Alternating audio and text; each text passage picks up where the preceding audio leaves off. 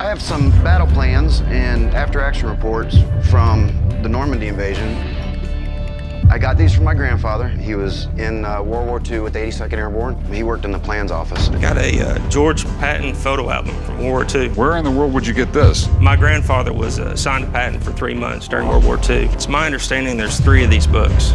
We have one, the Patton family has one, and there's one in the National War Archives. Right at the beginning of this crazy story, the real bait walks in. Beatles memorabilia. A seller casually drops 2 preview tickets to A Hard Day's Night, claiming they're one of a kind and asking $800. Rick lights up, rambling about how their 1964 haircuts shocked America, while Corey mocks him for sounding like a movie hotline. Rick doubles down. This was the Beatles' first full-length film, and collectors obsess over anything connected to it. Corey just shrugs and mutters, Justin Bieber had a movie too. On the ad campaign. You know the part I love about this the most? Believe it or not, in 1964, those haircuts were risque. It looks like Justin Bieber, who had a movie come out right after his career. That's all I'm saying.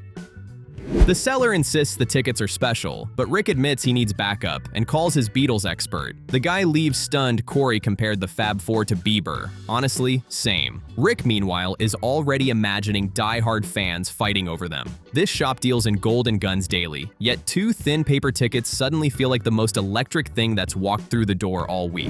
They were printed only for that show, and I believe there are no other tickets around like them. I have no idea.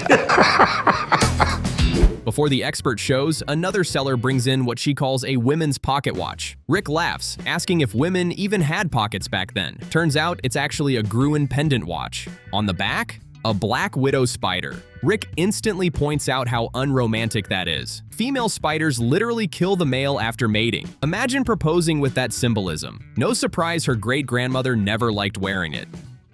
For a Wedding gift, right. No, black widows. They mate, and then the female spider kills the male spider and eats him. Yeah, it's pretty gnarly. But pretty neat watch. It's a Gruen. What's a Gruen?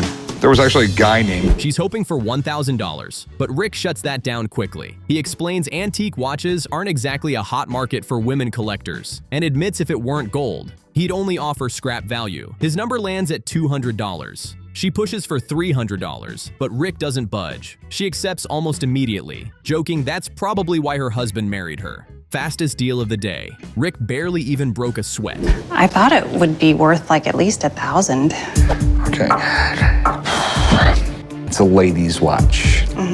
Women really don't collect old watches. Okay. The one good thing you have going for it, though, is it's all gold, and it's a very interesting case.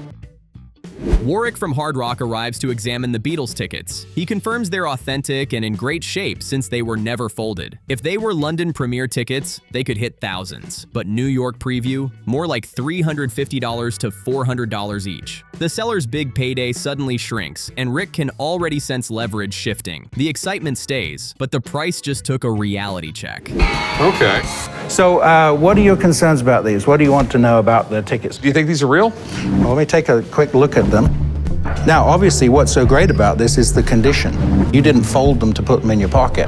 I have not seen these from New York, but... Cut back to the thermostat war. Corey and Chum vote for sauna temperatures. Rick keeps insisting he's in charge. So Rick installs a lockbox over the thermostat to assert dominance. Corey immediately hides the keys. Chum stays neutral, saying the old man signs his checks. Rick fires back that the stamp is his signature. At this point, it's not about comfort anymore. It's a full-blown power struggle disguised as HVAC maintenance.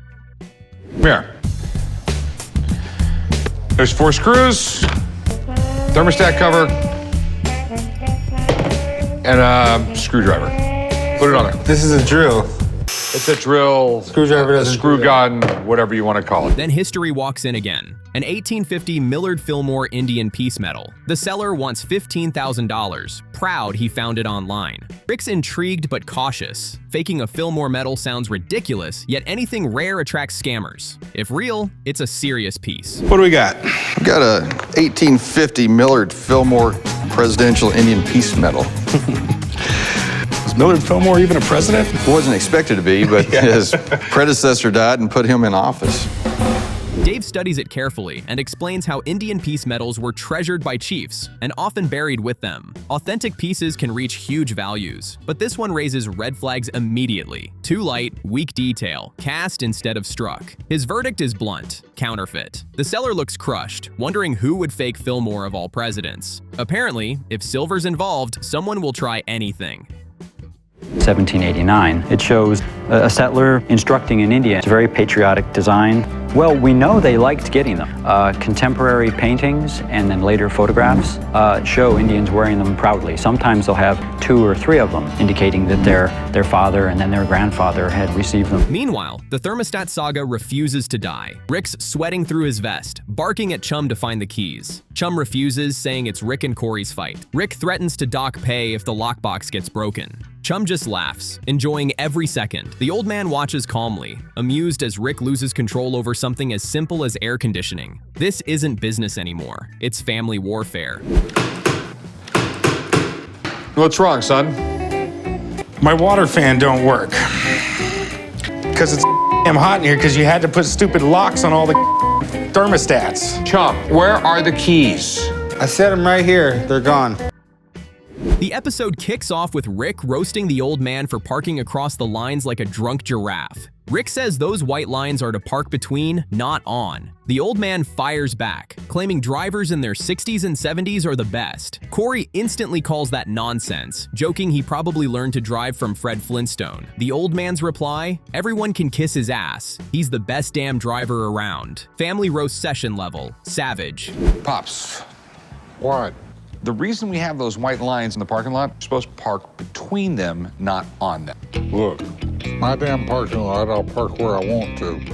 Okay, Dad, you're the person who gives old drivers a bad rap.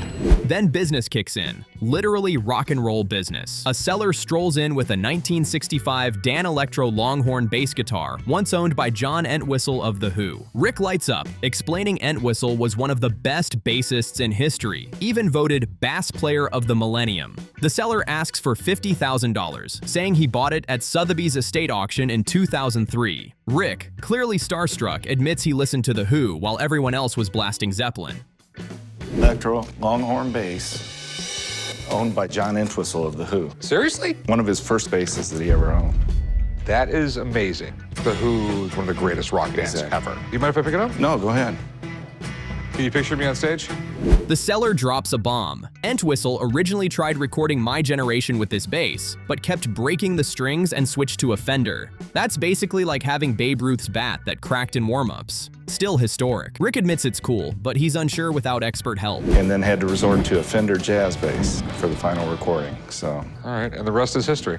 What's up with the Sotheby's tag? Is that where you got The it? Sotheby's auction at John's estate sale on May 13th, 2003. Jesse arrives, inspects the bass, and explains Dan Electros were mid-range beginner instruments, but with a unique sound. He notes it's clean, not much wear, which might mean Entwistle didn't thrash it too hard. Retail, around $10,000 to $15,000 tops with provenance, not anywhere near $50,000. Rick offers $10,000. Seller refuses, saying he wouldn't take less than $30,000, or his wife will send him back to Texas. Seller leaves with the guitar. Rick left with dreams of rock stardom dashed. But they have a really neat sound, and a lot of guys picked them up and started using them because of that. All right. I mean, you probably wouldn't see a lot of wear on John stuff, you know? And he held his hands like this. He wasn't a guy that was like, I mean, we can plug it in, make sure everything works if you want. Grab an amp. Next up, something completely different. A 1968 Nixon campaign paper dress. Yes, you heard that right. An actual dress made out of paper with Nixon's name plastered across it. Rick instantly jokes, imagine getting caught in a rainstorm. I'm not a crook, I'm just naked. The seller asks for $1,600, explaining paper dresses were a 60s fad. Rick tries to picture anyone wearing one today and bursts out laughing. Corey dares him to try it on. Crisis narrowly avoided. Paper dresses. I have never seen a Nixon paper dress. They were discontinued after a while because there were so many fire hazards, actually. Oh, well, no, just imagine caught in a rainstorm. Yeah, I would definitely rock a paper dress any day. This is pretty neat. I like it. Rick explains campaign items depend heavily on how popular the president is. If it were a Kennedy dress, jackpot. But Nixon? Not so much. He starts at $300. They haggle like mad. $400, $360, finally closing at $360. Rick says he hopes the next owner keeps it in a watertight container. Honestly, this might be the most impractical campaign merch in history. Half dress, half fire hazard. $100? When you get campaign stuff like this, it really depends on how popular the president is now. If you had a Kennedy dress, it would go for more. So they didn't make Kennedy dresses, they made Nixon dresses. It's different.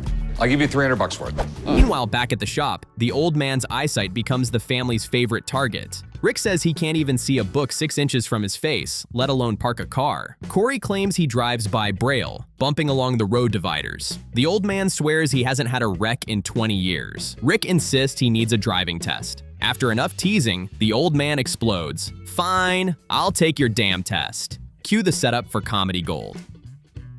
Rick, what does that say? You're not wearing any glasses? Grandpa, put your glasses on. You can't see. Oh, shut up, Corey. I'm a little worried about my dad. He can't see a book that is 6 inches from his nose. After the way I saw his car was parked this morning, I don't think he can see a sign 6 feet away either. You know you shouldn't be driving. They head to a vacant lot, setting up cones for a makeshift DMV exam. Rick tells him not to hit any cones. The old man mutters it's stupid. Chum volunteers to guide him, but the old man says he'd rather avoid him entirely. As the test begins, Corey and Chum start betting. $20 says he can't even start the car. The old man revs it up, then instantly plows through cones like it's a demolition derby. You all down for this, Dad? Oh, shut up. We came out to a vacant lot today to have my dad take a driving test because we think he drives like hell. Okay, Dad, I just want you to... This is stupid. I just want to see if you can do it, all right? Watch Chumley on some of them. Chumley, I want to avoid you.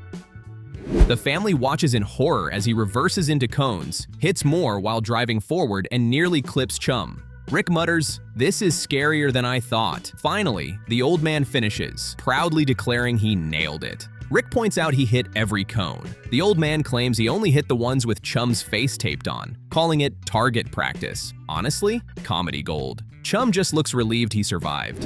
I did it perfectly, son. Dad, you hit every cone. I didn't hit every cone. I missed all of them except the ones with Chumley's face on it. I was taking target practice. I kicked ass. It was fun running over Chum's face. Back inside, Corey's day brightens when a seller rolls up with a 1940 Indian Chief motorcycle with sidecar. The seller explains it was built for World War II, sent to the French, then captured and used by the Germans. Corey's instantly drooling. The seller asks for $55,000 to $60,000, saying less than 400 survive. Corey wisely calls in his buddy Chris, a vintage bike expert. The seller smirks, claiming he knows more than any expert. So, how'd you get it? I used to live in the UK, and I came across this. Bought it right there on the spot. All right, they're just cool, man. France for the war effort. They were all used originally by the French, but when the Germans came in... Chris arrives and goes full fanboy, calling it museum quality. He explains Indian motorcycles were way more reliable than Harley-Davidsons, which often broke down. He takes it for a test ride with Corey in the sidecar, bouncing around like it's a carnival ride. Verdict? Around $46,000. The seller frowns, convinced it's worth $60,000. Negotiations get heated. Corey starts at $38,000. Seller demands $40,000. And finally, Corey caves at $40,000. Seller walks away happy. Tuition money secured. Wow, this thing is clean, beachless. To see an Indian Chief like this, it's pretty rare. It was one of the most reliable bikes that the military had. What makes it so reliable? The way the engines were built and the transmission. The episode kicks off with a potential piece of World War II history walking through the door. A man claims he owns a photo album signed by General Patton himself, passed down from his grandfather, a combat photographer assigned directly to Patton. Rick's interest spikes immediately. Inside are images of Eisenhower, de Gaulle, and even a supposedly classified shot. If the story holds up, this isn't just memorabilia. It's a front row seat to military history. How you doing? Hey, how's it going? What do we got here? Got a George Patton photo album, World War II. Where in the world would you get this? My grandfather signed a patent for 3 months during World War II. The customer comes in swinging, asking $10,000 and refusing to go below $5,000. Rick keeps his poker face, knowing authenticity will decide everything. He calls in expert Dana, who studies the autograph closely. The verdict lands hard. The patent signature isn't handwritten. It's printed. Just like that, the room deflates. What felt like a museum-level artifact seconds earlier suddenly turns into a painful lesson in how fragile value can be.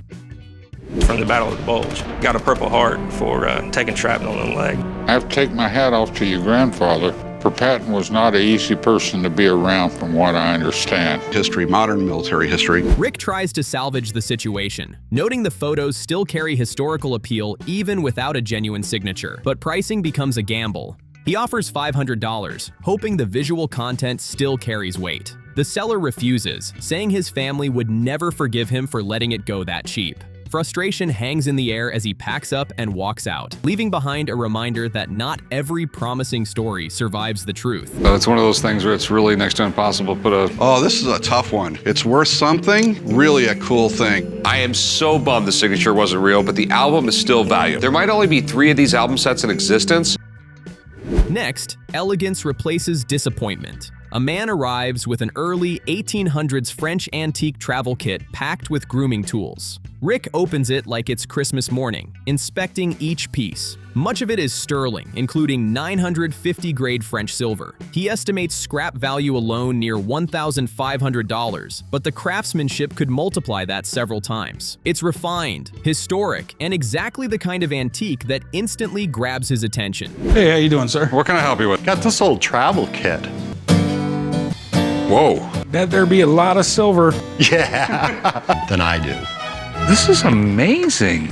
No, it's one of these deals where she clean out your attic if she got it. The seller shoots high at $10,000. Rick counters at $6,000, and the negotiation dances between them until they settle at $6,500. Then comes the twist. The seller reveals he originally got the kit for free. Suddenly, it's a massive win. Rick walks away satisfied, and the seller leaves practically floating. One forgotten antique just turned into real money, proving treasure doesn't always announce itself loudly.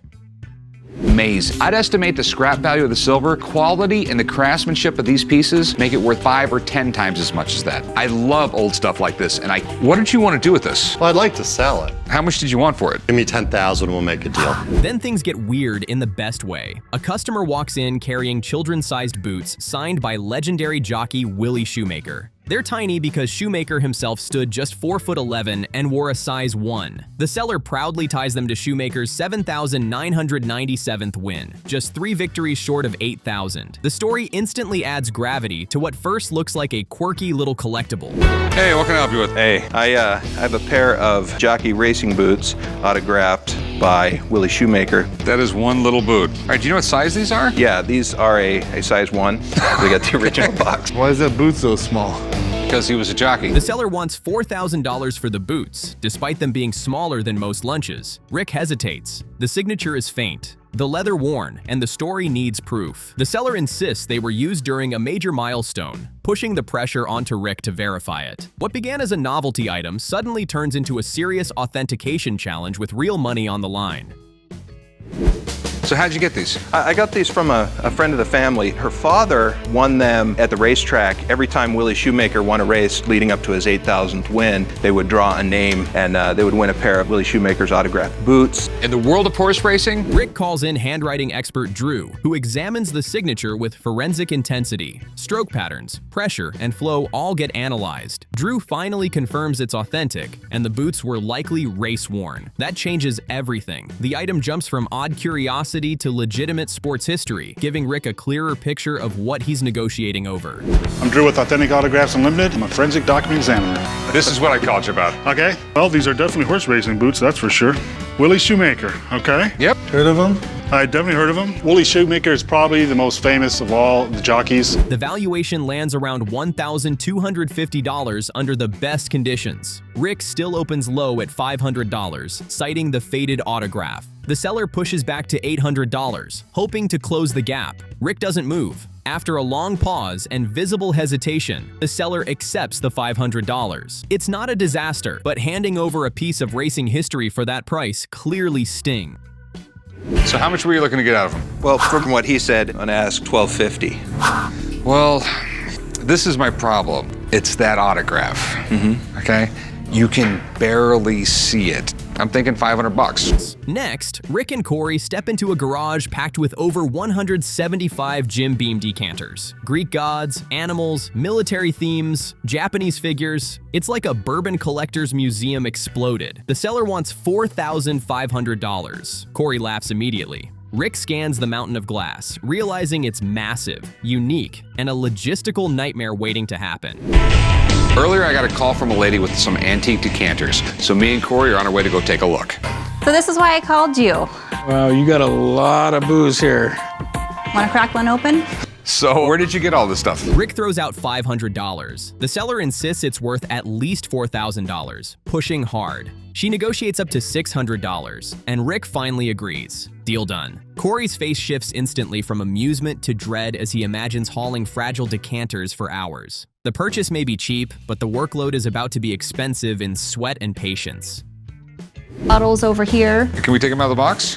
This baby's worth $1,200. Where'd you get that number? Quite frankly, you can ask anything, not necessarily gonna get it.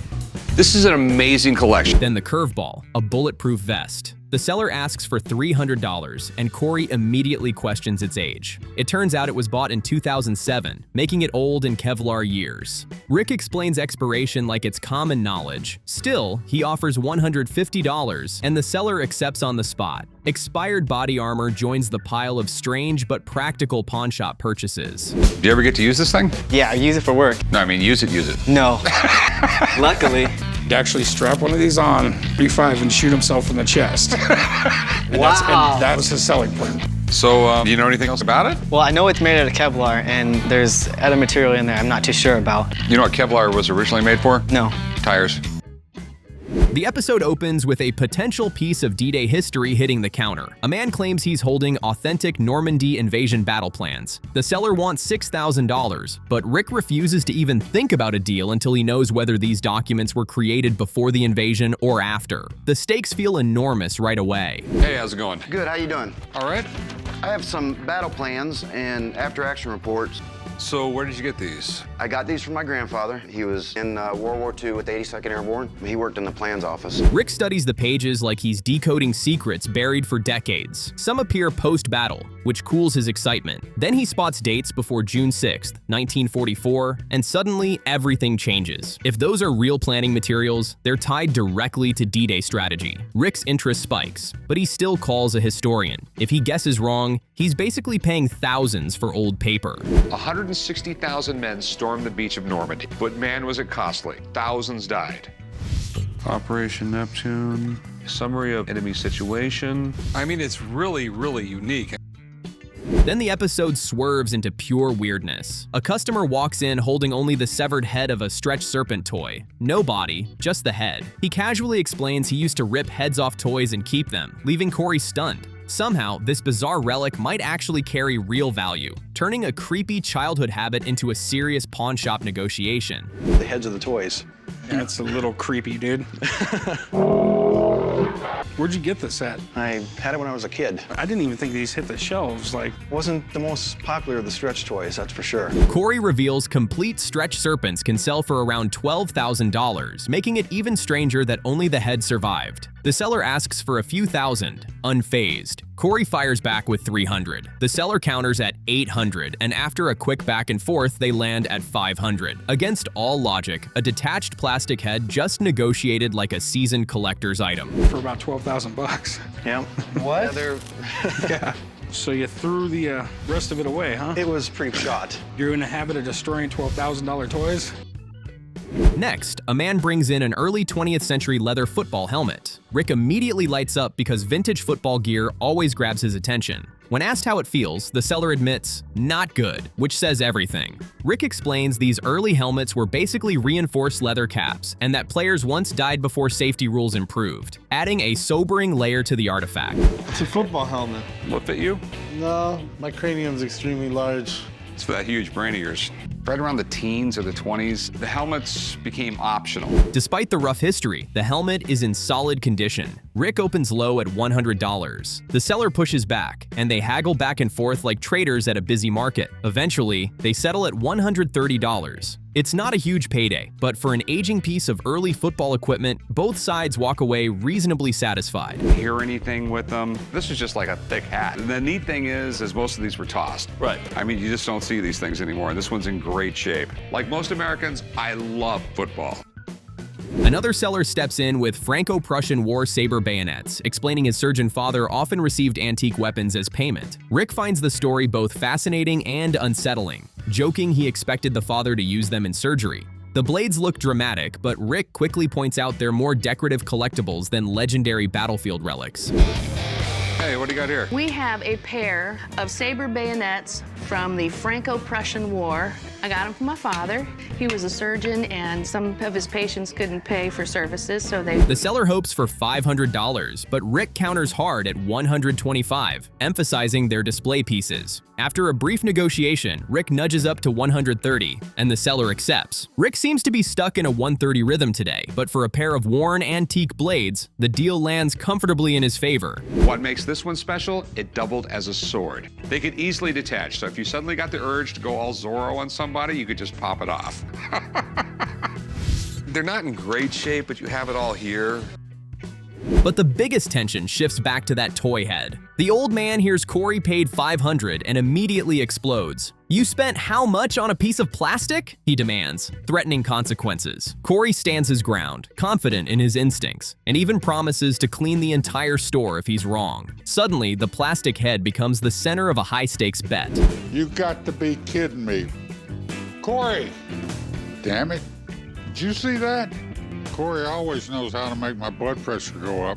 He bought a little green ball for $500. Toy expert Johnny arrives and studies the head carefully. After examining it, he drops the bomb. The head alone could sell for $4,000 to $5,000. The energy flips instantly. Corey wins the gamble, and the old man is left speechless, muttering that even broken clocks are right twice a day as he reluctantly grabs cleaning supplies. Plastic just turned into a major victory.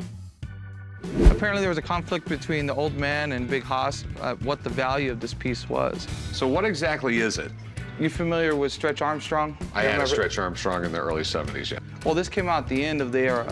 Meanwhile, Rick's historian finally examines the Normandy documents. He confirms several are genuine pre-invasion planning materials, exactly the kind generals guarded closely before D-Day. But there's a major problem. They're incredibly fragile and can't be framed or displayed. Light exposure would destroy them. Their historical importance is massive, but their retail practicality collapses. So, Rick, what are your concerns on these? This has a lot of maps and things like that in it, and I'm wondering if that is pre-battle or post-battle. Operation Neptune was the Allied airdrop into France. Rick has to face reality. The documents belong in a museum, not a pawn shop. He explains he can't display them, can't protect them properly, and can't justify spending thousands on items that will deteriorate. "I run a business, not a history class," he says. The seller leaves carrying priceless wartime material, but no cash. It's a harsh reminder of where history and business collide. They're archival pieces rather than display pieces. These are quick production pieces from World War II. This just doesn't hold up. It is not color fast. You get any light on it,